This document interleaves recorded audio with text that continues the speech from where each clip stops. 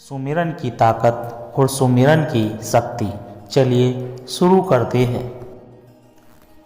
सुमिरन की ताकत बहुत ही अद्भुत और प्रभावशाली होती है। जब हम सच्चे मन से भगवान, किसी ईश्वर स्वरूप या किसी सकारात्मक शक्ति का सुमिरन करते हैं तो वह हमें मानसिक शक्ति, आत्मविश्वास और सकारात्मक ऊर्जा प्रदान करते हैं। सुमिरन की शक्तियाँ। जब हम किसी ईश्वर या गुरु का सुमिरन करते हैं तो हमारा मन शांत और स्थिर हो जाता है। यह तनाव और चिंता को दूर करने में मदद करता है। नियमित सुमिरन करने से जीवन में सकारात्मकता बढ़ती है और नकारात्मक विचार दूर होते हैं। जब हम किसी शक्ति का सुमिरन करते हैं तो हमें विश्वास होता है कि वह शक्ति हमारे साथ है, जिससे हमारा आत्मबल बढ़ता है। जीवन में आने वाली कठिनाइयों और बाधाओं को सुमिरन के माध्यम से हल्का किया जा सकता है, क्योंकि यह हमारे भीतर सहन शक्ति और समाधान खोजने की क्षमता को जागृत करता है।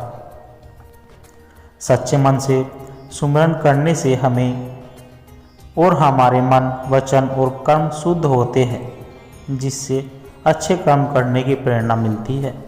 सुमिरन से मन एकाग्र होता है, जिससे ध्यान करने की क्षमता बढ़ती है और बौद्धिक विकास होता है। जब हम निस्वार्थ भाव से सुमिरन करते हैं तो ईश्वर की कृपा हम पर बनी रहती है और जीवन में शुभ घटनाएं होती है। संत कबीर, तुलसीदास, गुरु नानक और अन्य संतों ने सुमिरन की महिमा का वर्णन किया है। कबीरदास जी कहते हैं, सुमिरन की सूधी जाको नाही, सो नर जामपुर जाही। अर्थात जो व्यक्ति सुमिरन नहीं करता उसे जीवन में कठिनाइयों का सामना करना पड़ता है। सुमिरन कैसे करें? प्रतिदिन सुबह और रात कुछ समय सुमिरन करें। सच्चे हृदय से और प्रेम पूर्वक सुमिरन करें। शांति से बैठकर ध्यान पूर्वक सुमिरन करना अधिक प्रभावी होता है। किसी मंत्र, भजन या ईश्वर के नाम का जप करें। सुमिरन केवल धार्मिक अनुष्ठान नहीं बल्कि आत्मिक और मानसिक विकास का माध्यम है। यह हमारे जीवन को खुशहाल, शांतिपूर्ण और सफल बनाने में मदद करता है। यदि हम नियमित रूप से सुमिरन करते तो जीवन में हर प्रकार की शक्ति और सकारात्मकता प्राप्त कर सकते हैं। सुमिरन में असीम शक्ति होती है। यह केवल एक साधारण क्रिया नहीं बल्कि आत्मा की गहराई से जुड़े ईश्वरीय संपर्क का एक माध्यम है। जब कोई व्यक्ति सच्चे मन से सुमिरन करता है तो उसे आध्यात्मिक, मानसिक और शारीरिक रूप से अनेक प्रभाव, लाभ प्राप्त होते हैं। सुमिरन हमारे बुरे कर्मों को नष्ट करने में सहायक होता है। जैसे आग सोने को शुद्ध करती है, वैसे ही सुमिरन आत्मा को शुद्ध करता है। कठिन परिस्थितियों में सुमिरन एक ढाल की तरह कार्य करता है। यह जीवन की परेशानियों को हल्का कर देता है और सही रास्ता दिखाता है। सुमिरन करने से मन शांत होता है और आत्मबल बढ़ता है। जब हम सच्चे मन से भगवान का नाम लेते हैं तो भय, चिंता और नकारात्मकता स्वतः ही दूर हो जाती है। वैज्ञानिक शोधों में पाया गया है कि नियमित सुमिरन करने से मानसिक तनाव कम होता है, हृदय की धड़कन संतुलित रहती है और शरीर के सकारात्मक ऊर्जा का संचार होता है। जब कोई व्यक्ति लगातार सुमिरन करता है तो उसे आध्यात्मिक ज्ञान की प्राप्ति होती है।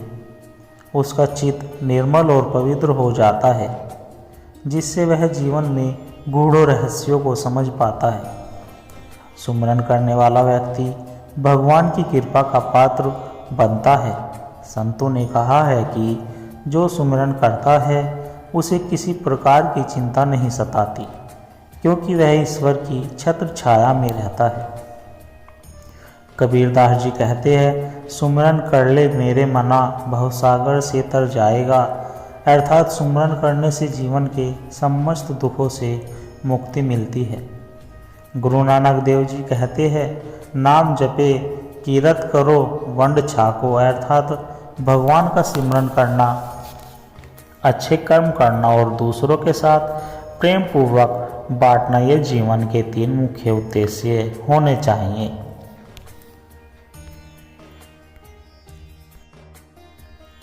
प्रतिदिन एक निश्चित समय पर सुमिरन करें। मन को एकाग्र करके प्रेम पूर्वक सुमिरन करें। ईश्वर के किसी भी नाम, राम, कृष्ण, शिव, अल्लाह, वाहेगुरु आदि का जाप करें। सुमिरन को ध्यान के साथ करने से इसका प्रभाव कई गुना बढ़ जाता है। सुमिरन में अनंत शक्ति है। यह हमारे जीवन को शुद्ध, शांत और सफल बना सकता है। जो व्यक्ति सच्चे मन से सुमिरन करता है उसे न केवल आत्मिक शांति मिलती है बल्कि वह सांसारिक बाधाओं से भी मुक्त हो जाता है।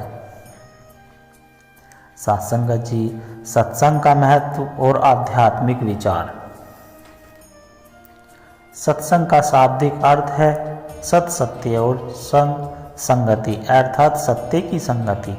जब कोई व्यक्ति सत्संग में भाग लेते हैं तो वह आध्यात्मिक उन्नति की ओर अग्रसर होता है। सत्संग केवल किसी संत, महापुरुष या गुरु के प्रवचन सुनना ही नहीं बल्कि श्रेष्ठ विचारों को आत्मसात करना और सत्य के मार्ग पर चलना भी है। सत्संग में रहने से मन की नकारात्मकता धीरे धीरे समाप्त हो जाती है।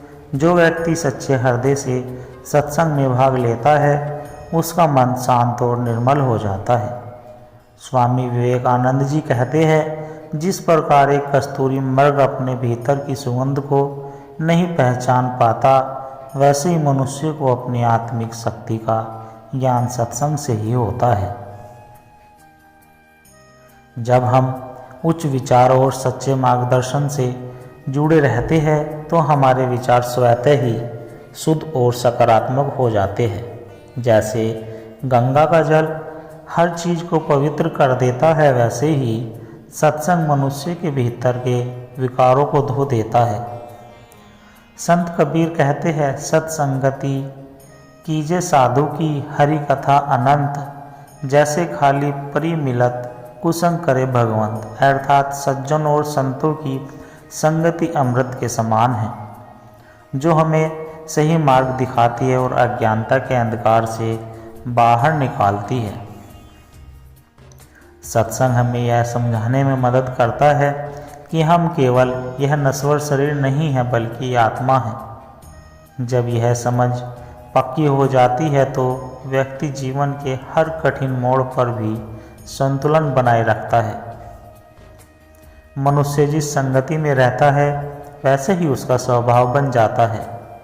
यदि कोई बुरी संगति में रहता है तो उसमें भी वही दोष आ जाते हैं।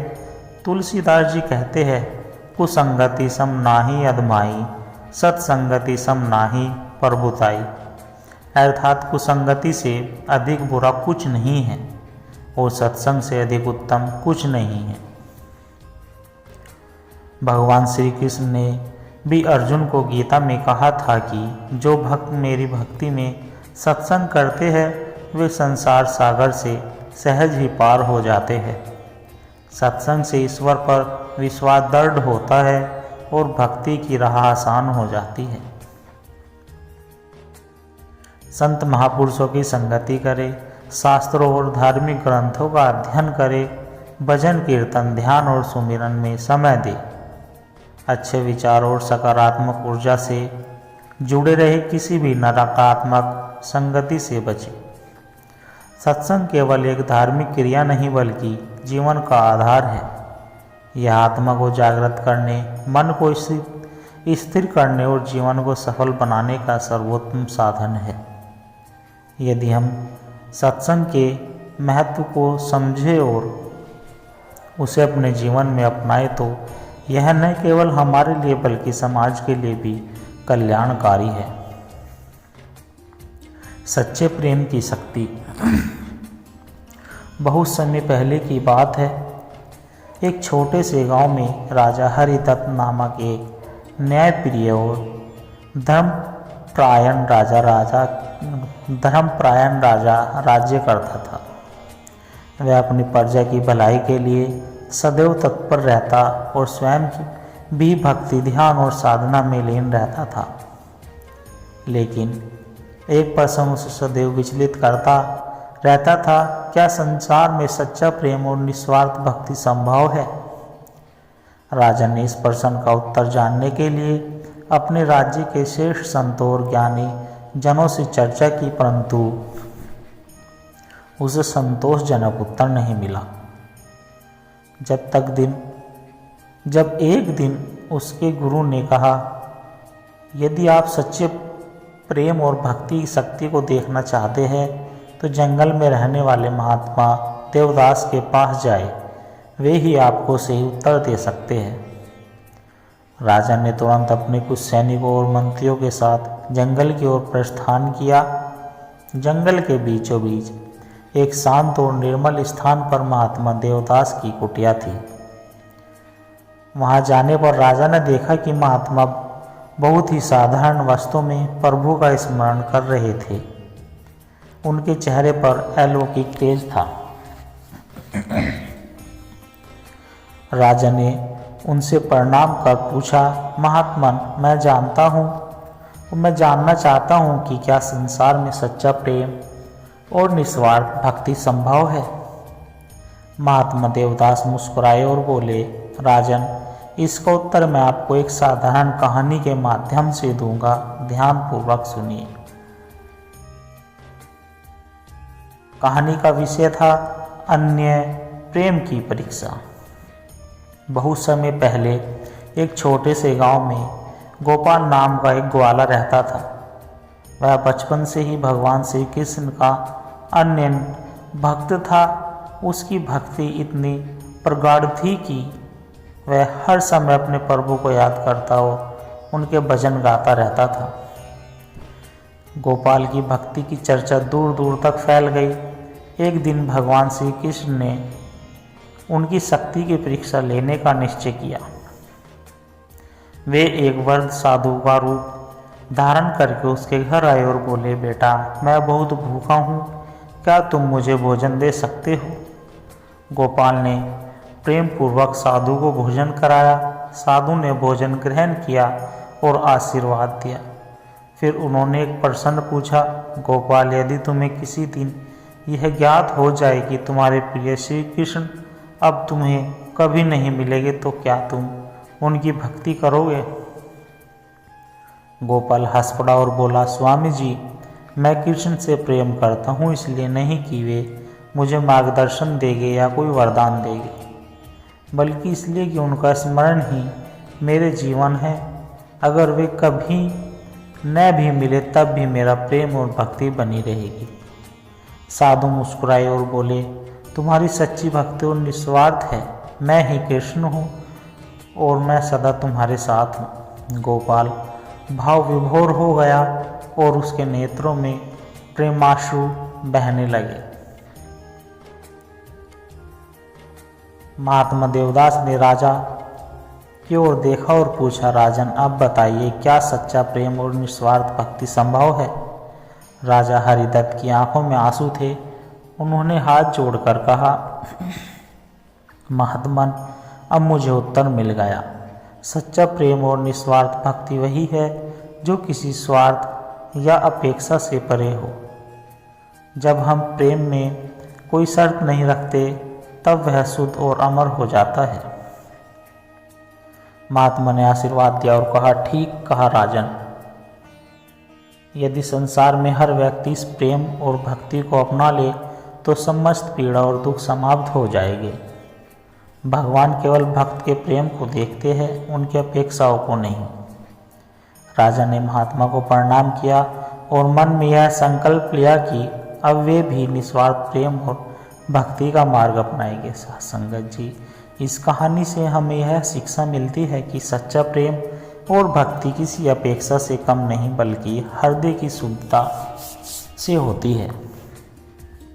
भगवान या किसी से प्रेम केवल लाभ पाने के लिए नहीं बल्कि प्रेम की अनुभूति के लिए होना चाहिए। निस्वार्थ प्रेम और भक्ति हमें सच्ची शांति और आनंद प्राप्त करती है। प्रेम और भक्ति में जो मांग होती है वह सौदा बन जाती है, लेकिन जो समर्पण होता है वह अनंत आनंद देता है। साथ संगत जी, आत्मा की शुद्धि और ईश्वर से मिलन का मार्ग। सत्संग दो शब्दों से मिलकर बना है, सत अर्थात सत्य और संग अर्थात संगति। अर्थात सत्संग का वास्तविक अर्थ सत्य की संगति, संतों की संगति, अच्छे विचारों की संगति और ईश्वर के नाम का स्मरण। जब हम सत्य के मार्ग पर चलते हैं, ईश्वर की भक्ति करते हैं और संतों के वचनों को सुनते हैं तो हमारा जीवन सुधर जाता है और आत्मा की उन्नति होती है। संत कबीर जी ने कहा है, संत मिले संतोष धन, सिमरन मिले गोपाल, लाभ लोक परलोक का मिले अमोल विहार। अर्थात सत्संग से हमें ईश्वर का सुमरन करने की प्रेरणा मिलती है और यह जीवन और परलोक दोनों के लिए लाभकारी होता है। सत्संग मनुष्य के जीवन में एक दीपक के समान कार्य करता है जो अज्ञानता के अंधकार को दूर करता है और आत्मज्ञान का प्रकाश फैलाता है। सत्संग के अनेक लाभ है, जैसे मन की शुद्धि। मनुष्य के मन में अनेक प्रकार के विकार होते हैं, क्रोध, लोभ, मोह, अहंकार, ईर्ष्या आदि। सत्संग में जब हम भगवान के भक्तों की संगति में बैठते हैं और उनके विचार सुनते हैं तो हमारे मन की अशुद्धियाँ धीरे धीरे समाप्त हो जाती है और मन शांत एवं निर्मल हो जाता है। अच्छे संस्कारों का निर्माण। सत्संग से हमें अच्छे विचार और उत्तम संस्कार प्राप्त होते हैं। जब हम बार बार किसी संत या ज्ञानी पुरुष के वचन सुनते हैं तो वे हमारे जीवन में स्थायी रूप से बस जाते हैं और हमारे आचरण को बदल देते हैं। बुरे कर्मों से बचाओ। बुरी संगति मनुष्य को पतन की ओर ले जाती है, जबकि सत्संग उसे सत्य, धर्म और ईश्वर की ओर आकर्षित करता रहे। तुलसीदास जी कहते हैं, सत्संगति मुद मंगल मूला, सोई फल सूधी सब साधु सूला। अर्थात सत्संग की सभी मंगलकारी कार्यों का मूल है और यह हर प्रकार के कष्टों को समाप्त करता है। आत्मज्ञान की प्राप्ति। सत्संग हमें यह समझाने में सहायता करता है कि हम केवल शरीर नहीं बल्कि आत्मा है। यह संसार नश्वर है लेकिन आत्मा अमर है। जब यह बोध जागृत होता है तब व्यक्ति सांसारिक मोह माया से मुक्त होकर सच्चे आनंद का अनुभव करता है। आध्यात्मिक शक्ति का विकास। जब हम नियमित रूप से सत्संग करते हैं तो हमारे भीतर आध्यात्मिक शक्ति का विकास होता है। ईश्वर के प्रति हमारा विश्वास दृढ़ होता है, जिससे जीवन की कठिनाइयों का सामना करने की शक्ति मिलती है। भगवान श्री कृष्ण ने अर्जुन से कहा, सत्संगति विधा प्रदायिनी भाव बंधन विनाशनी। अर्थात सत्संग से मनुष्य को सच्चा ज्ञान प्राप्त होता है और जन्म मृत्यु के बंधन से मुक्ति मिलती है। संत कबीर जी कहते हैं, संत संग हरि कथा तुलसी बहुत अपार, काया निर्मल बुद्धि निर्मल मन निर्मल विचार। अर्थात सत्संग भगवान की कथा और संतों की वाणी अनमोल है। यह शरीर, बुद्धि और मन को शुद्ध बनाते हैं। गुरु नानक देव जी ने कहा है, सत्संगत मिले सो तारिये, बिन सत्संगत पाए जाए। अर्थात सत्संग में रहने से मनुष्य का उद्धार होता है और जो सत्संग से दूर रहते हैं वे पतन की ओर चले जाते हैं। सद्गुरु संत महात्मा और धर्म ग्रंथों के विषय वचनों को सुने और उनका पालन करें। इससे मन में भक्ति जागृत होती है और ईश्वर के प्रति प्रेम बढ़ता है। श्रीमद् भागवत गीता, रामायण, वेद, पुराण, उपनिषद, गुरु ग्रंथ साहिब और संतों की वाणी को पढ़ें। सत्संग के प्रभाव को स्थायी बनाने के लिए प्रतिदिन ईश्वर का स्मरण करें। सकारात्मक और धार्मिक विचारों वाले लोगों के साथ रहे, जिससे सत्संग का प्रभाव निरंतर बना रहे। सत्संग की अद्भुत शक्तियाँ।